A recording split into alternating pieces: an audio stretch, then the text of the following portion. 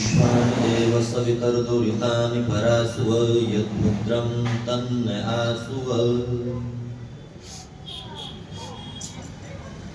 व्याख्यान वेदी पर अभी जिनके सारगर्भित प्रवचनों को आप सब सुन रहे थे, इतिहास के मर्मज्ञ, क्रांतिकारी उपदेशक और बहुत सुंदर संस्मरणों को जो हमें सुना रहे थे ऐसे पूज्य स्वामी जी,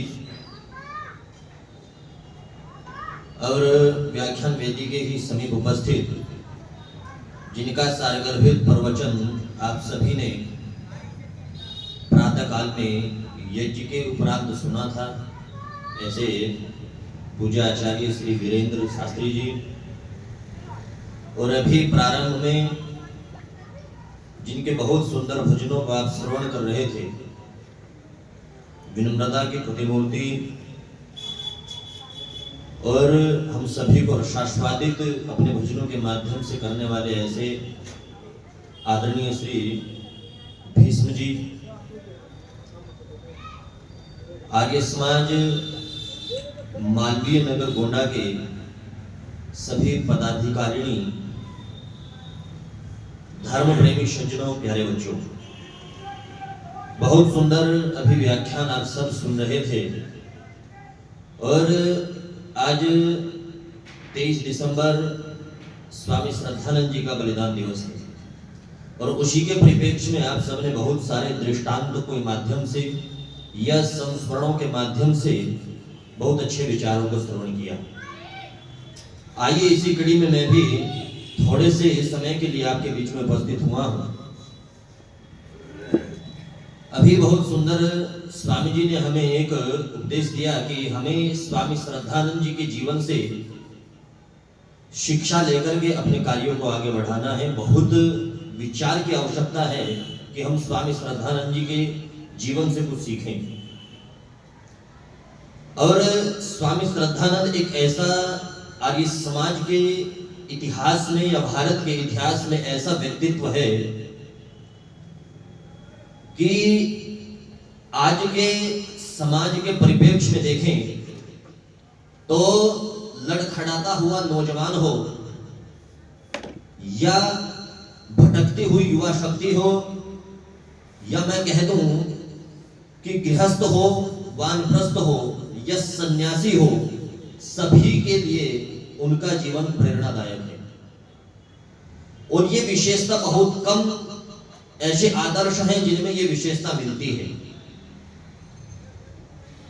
स्वामी श्रद्धानंद जी के विषय में अनेक संस्मरण आप सबने सुने हैं। आदरणीय भीष्म जी ने भी उस संस्मरण को आप सबको सुनाया है। मैं वहीं से अपनी बात को प्रारंभ करता हूं। स्वामी श्रद्धानंद का नाम उससे पहले था मुंशीराम। बरेली में स्वामी दयानंद जी का आगमन होता है, और स्वामी मुंशीराम के पिता नानक चंद जो होते हैं, उनकी स्वामी दयानंद जी के आगमन की जब उनको सूचना मिलती है तो उनकी व्यवस्था में उनकी ड्यूटी होती है, संरक्षण में ड्यूटी होती है। संरक्षण में ड्यूटी होने के नाते जैसे ही नानक चंद घर में प्रवेश करते हैं और मुंशीराम से कहते हैं कि मुंशीराम, आज तेरा पिता तेरे से एक आग्रह कर रहा है, और आग्रह यह है कि एक संस्कृत को जानने वाला ऋषि दयानंद उनका नाम है, और वो बरेली में प्रवचन करने आ रहे हैं। तेरा पिता आज तेरे से आग्रह कर रहा है कि मुंशीराम तुझे वहां पर चलना है। अब मुंशीराम सीधे मना कर देता और कहता है, मन में विचार करता है कि एक संस्कृत को जानने वाला मुझे क्या सुनाएगा, मुझे क्या समझा पाएगा, कैसे मेरे प्रश्नों के उत्तर दे पाएगा। सामान्य संस्कृत का जानकार होगा, ऐसे बहुत सारे साधु घूमते फिरते हैं। ऐसा विचार करके एकदम से मना कर देता है, लेकिन फिर नानकचंद आग्रह करता है, मुंशीराम, मैं आज एक तेरा बाप, एक तेरा पिता तेरे से आग्रह कर रहा है कि एक ऋषिवर आ रहे हैं, एक स्वामी जी आ रहे हैं, मैं तेरे से आग्रह कर रहा हूं, मेरे साथ चलना और उनके प्रवचनों को सुनना। बार बार आग्रह करने के बाद में किसी प्रकार से मुंशीराम मान जाता है और अपने पिता के साथ में पहुंच जाता है, सबसे पीछे जाकर के बैठता है। और स्वामी दयानंद का प्रवचन जैसे ही प्रारंभ होता है और मुंशीराम प्रवचन को सुनता है, थोड़ी देर में प्रवचन जैसे ही उसके कानों में वचन प्रवेश करते हैं तो मुंशीराम का ध्यान आकर्षित हो जाता है और सुनते सुनते मुंशीराम सुन रह जाता है।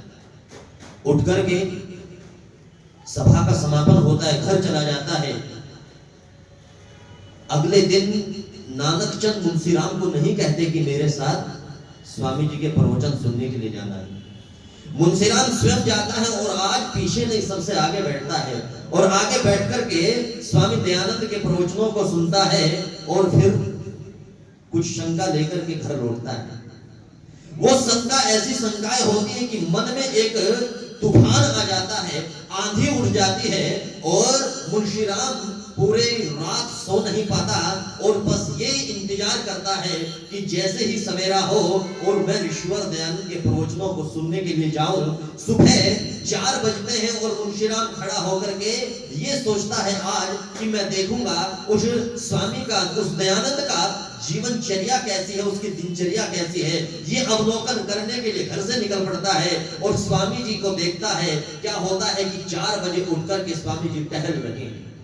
अब मुंशीराम देखता है कि क्यों न स्वामी जी के पीछे चला जाए। स्वामी जी के पीछे चलने का प्रयास करता है।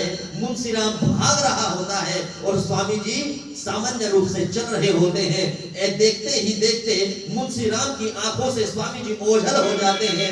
मुंशीराम स्तब्ध रह जाता है। इतना लंबा, एकदम से सीना चौड़ा और इतनी लंबी लंबी लंबी डींगों वाला ये व्यक्तित्व कैसा है। मुंशीराम के मन में श्रद्धा बढ़ जाती है और आप सब जानते हैं मुंशीराम प्रवचनों को फिर सुनता है तीसरे दिन। और अभी आदरणीय जी बता रहे थे, सुनकर के अपने प्रश्नों को लेकर के जाता है, प्रश्नों को लेकर के उपस्थित होता है और स्वामी दयानंद से कहता है कि स्वामी जी आपने मुझे निरुत्तर तो कर दिया लेकिन मेरा ईश्वर पर विश्वास अब भी नहीं हुआ है। तो स्वामी जी क्या उत्तर देते हैं आप सब जानते हैं कि मुंशीराम मैंने कब ये आपसे वायदा किया था कि मैं आपका ईश्वर पर विश्वास करा दूंगा, जब उसकी कृपा होगी उस पर विश्वास आपका स्वतः हो जाएगा, ये आप सब जानते हैं। तो कहने का मेरा मतलब ये है कि एक पिता के आग्रह से यदि मुंशीराम वहां जाकर के श्रद्धानंद बन सकता है तो मैं आपसे पूछना चाहता हूं आर्यो, यदि आप भी यहीं से एक शिक्षा लेकर के जाइए। मैंने कहा है कि मुंशीराम के जीवन से हमें बहुत कुछ सीखने की आवश्यकता है। प्रत्येक वर्ण के लिए इस मुंशीराम के जीवन में अनेक शिक्षाएं भरी पड़ी है। मैं आपको बता रहा हूं कि हमें कुछ सीखने की आवश्यकता है। यहीं से शिक्षा ले लीजिए। क्या नानक चंद अनेक बार आग्रह करता है, अनेक बार आग्रह करता है, एक पिता पुत्र से आग्रह करता है। इसी प्रकार से हम भी अपने घरों में अपने बच्चों को, आपके पुत्र हैं, आपके संबंधी हैं, मित्रगण हैं, उनसे आग्रह करिए, उनको लेकर के सत्संग में आइए। क्या पता कब किसका विचार बदल जाए, कोई विचार किसी के अंतःकरण की ग्रंथि को बदल दे, कुछ वहां से विचार बदल करके वास्तव में कोई मुंशीराम श्रद्धानंद बन जाए। इसी प्रकार से आपको भी अपने आसपास से संबंधियों को, अपने बच्चों को लेकर के सत्संग में आना चाहिए। तो मेरा कहने का अभिप्राय आपसे है कि एक आपको छोटा सा दृष्टांत देता हूं। एक कुम्हार होता है और कुम्हार क्या करता है, मिट्टी लेकर के आता है और अपने घर पर उस मिट्टी को काटता है, उसको पीटता है अच्छी प्रकार से और उस मिट्टी से पात्र बनाना प्रारंभ करता है। उस मिट्टी को पानी डाल करके गलाता है, अनेक प्रकार से उस मिट्टी को तैयार करता है और उससे पात्र बनाना प्रारंभ करता है। कुम्हार के मस्तिष्क में आता है कि इस मिट्टी से आज मैं चिलम बनाऊंगा। जानते हैं ना चिलम, हुक्का चिलम है ना, कि इस मिट्टी से आज चिलम का निर्माण करूंगा। और वो उस मिट्टी को चाक पर रख करके अपनी हाथों की उंगलियों के नर्तन से उसको बनाने का प्रयास करता है। और जैसे ही चिलम बनने के लिए तैयार हो जाती है, अब चिलम बनने के लिए तैयार है, तब उसके मन में आता है, कुम्हार सोचता है कि अब तो सर्दी का समय जा चुका है, क्यों न अब सुराही की आवश्यकता लोगों को ज्यादा होगी, क्यों न अब इस मिट्टी से सुराही बनाई जाए। वो वहीं से उसको विचार बदल जाता है और सुराही बनाने का प्रयास करना प्रारंभ कर देता है। अब जैसे ही सुराही बनाने का प्रयास करना प्रारंभ कर देता है, सुराही बनकर के तैयार हो जाती है। देखो मिट्टी कभी बोलती नहीं है, लेकिन उदाहरण से समझना हमें पड़ता है। इसी प्रकार से मिट्टी बोलती है और मिट्टी कहती है, अरे कुम्हार तेरा बार बार धन्यवाद है, तुझ पर मैं बलिहारी, तेरा अनेक बार धन्यवाद है। कुम्हार कहता है इसमें क्या धन्यवाद की बात है, अरे तू पहले चिलम बना रहा था, अब तूने मुझे सुराही बना दिया है। तो कहता है माटी इसमें कौन सी धन्यवाद की बात है, मेरा विचार बदला, मैंने चिलम से सुराही बना दी। तो मिट्टी बड़ा सुंदर उत्तर देती है, कहती है अरे तेरा तो थोड़ा सा विचार बदला, मेरा तो पूरा जीवन ही बदल गया। मैं चिलम बनती और चिलम बनकर के न जाने कितने लोगों के हृदयों को जलाती, कलेजों को जलाती, लेकिन तूने मुझे सुराही बना दिया। अब न जाने मैं कितने लोगों के हृदयों को शीतल करूंगी, न जाने कितने हृदयों में शीतलता भर दूंगी। तूने तो मेरा जीवन बदल दिया। बस आर्यों मैं यही कहना चाहता हूँ, आप भी यदि कोई विचार किसी के मस्तिष्क में आघात कर जाए, चोट कर जाए, न जाने किसका जीवन कब बदल सकता है, कब वो मुंशीराम से श्रद्धानंद हो सकता है, ये हमें सीखने की आवश्यकता है मुंशीराम के जीवन से। और मुंशीराम का जीवन में यदि आप पढ़ेंगे, उस श्रद्धानंद के जीवन को यदि पढ़ेंगे, तो त्याग की प्रतिमूर्ति, त्याग उसके जीवन में स्वहा भी स्वामी जी बता रहे थे। स्वहा यदि देखना चाहते हैं तो मुंशीराम के जीवन में देखिए। दो बेटे हैं, हरिश्चंद्र और इंद्र, दोनों को गुरुकुल में सबसे पहले स्वामी जी प्रविष्ट कराते हैं, अपने बच्चों को सबसे पहले। और गुरुकुल चल रहा है, लेकिन गुरुकुल डगमगाने लगता है, आर्थिक स्थिति अच्छी नहीं है। स्वामी श्रद्धानंद सोचते हैं कि अब क्या किया जाए, रात को नींद नहीं आती है, हृदय में एक आग उठ रही है, कैसे गुरुकुल में बच्चों का निर्माण हो, कैसे बच्चों का लालन पालन होगा, क्योंकि आर्थिक स्थिति गुरुकुल की अच्छी नहीं है, गुरुकुल कांगड़ी। और प्रातः 3 बजे चिंतित हो उठते हैं, अपने आप को रोक नहीं पाते हैं और गुरुकुल में पढ़ रहे अपने दोनों बच्चों को बुलाते हैं। और जैसे ही दोनों को बुलाते हैं, नींद से उठकर के जैसे ही अपने आचार्य के पास जाने का प्रयास करते हैं, क्योंकि गुरुकुल में दोनों बच्चे आचार्य जी बोला करते थे। हरिश्चंद्र और इंद्र दोनों अपने बिस्तर से उठते हैं और आचार्य जी के पास में जाने का जैसे ही प्रयास करते हैं, मन में विचार उठता है, न जाने आज कौन सी बड़ी गलती हो गई जो इतनी सुबह आचार्य जी ने याद कर लिया। और जाकर के सामने खड़े हो जाते हैं और उनको एक स्वामी श्रद्धानंद जी क्या दिखाते हैं, पत्र दिखाते हैं और कहते हैं कि आज मेरे बेटों मैं आपसे कुछ मांगना चाहता हूं। अब ये शब्दावली सुनकर के दोनों बेटों के मन में चिंता का ज्वर उठता है और कहते हैं कि अब तक जिसको हम आचार्य कहते थे वो हमें बेटे कह रहा है। उन्होंने कहा कि बताइए पिताजी कि मैं आपसे कुछ मांगना चाहता हूं कि हमने तो, हमारे पास है क्या पिताजी, हमारी सारी जो भी संपत्ति है वो आप है और आप सब जानते हैं, हमारे पास क्या है देने को। उन्होंने कहा कि नहीं है। कि क्या है, कहा कि देखो जालंधर मॉडल टाउन का एक घर हमारे पास बचा है और गुरुकुल की वो स्थिति नहीं है, गुरुकुल की आर्थिक स्थिति डगमगा रही है। मैं आज चाहता हूं कि ये जो वसीयतनामा मैंने लिखा है, मैं उस संपत्ति को भी गुरुकुल को दान कर दूं। और दोनों बेटे उतावले हो जाते हैं कि पिताजी अब करना क्या है। तो कहते हैं कि इस पर आप अपने हस्ताक्षर कर दीजिए। ध्यान से सुनना, मैं बहुत थोड़े शब्दों में इस दृष्टांत को बता रहा हूं। दोनों बेटे एक से बढ़ करके एक आगे बढ़ता है और कहता है कि सबसे पहले हस्ताक्षर मैं करूंगा। हरिश्चंद्र कहता है कि बड़ा मैं हूं, हस्ताक्षर मैं करूंगा। इंद्र कहता है कि बड़ा मैं हूं।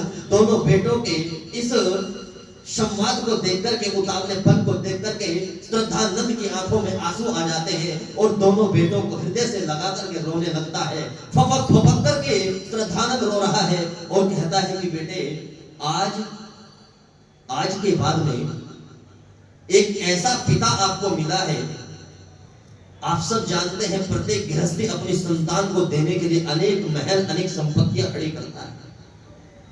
लेकिन ये ऐसा पिता है जो आपसे सब कुछ छीन छीन करके ले रहा है, आपको दे कुछ नहीं रहा है, और दोनों क्या करते हैं, हस्ताक्षर करते हैं और वो सारी संपत्ति गुरुकुल को दान कर देते हैं। ये होता है त्याग, ये होता है संतान निर्माण। यदि संतान निर्माण की आप झलक देखना चाहते हैं तो वास्तव में स्वामी श्रद्धानंद के जीवन से हमें सीखना चाहिए। और आचार्यत्व यदि सीखना है, आचार्यत्व यदि देखना है, क्योंकि समय बड़ा जो मुझे दिया गया है कम है, बताने के लिए बहुत सारे संस्मरण है। यदि आप आचार्यत्व देखना चाहते हैं, कैसा आचार्यत्व होना चाहिए, कैसा गुरुत्व होना चाहिए, वो स्वामी श्रद्धानंद के जीवन से देखिए। स्वामी श्रद्धानंद रात को उठते हैं और रात को उठ करके अपने ब्रह्मचारियों का निरीक्षण करते हैं। गुरुकुल में अनेक ब्रह्मचारी पढ़ते हैं, ब्रह्मचारियों का निरीक्षण कर रहे हैं। निरीक्षण करते करते एक प्रकोष्ठ में जाते हैं, कमरे में जाते हैं और देखते हैं कि एक जो ब्रह्मचारी है वो ज्वर से पीड़ित है, और ज्वर से इतना पीड़ित है कि उसकी अवस्था बड़ी विकट हो चुकी है। बुखार उसको इतना आ गया है कि अपने आप को संभाल नहीं पा रहा है, और जिस बच्चे की ड्यूटी पर्याय उसकी देखरेख में होती है, उस ब्रह्मचारी को भी नींद आ जाती है। ब्रह्मचारी को नींद आ जाती है, और वो जो ज्वर से पीड़ित ब्रह्मचारी है वो इतना ज्वरग्रस्त है कि वो वमन कर रहा है, उल्टी कर रहा है।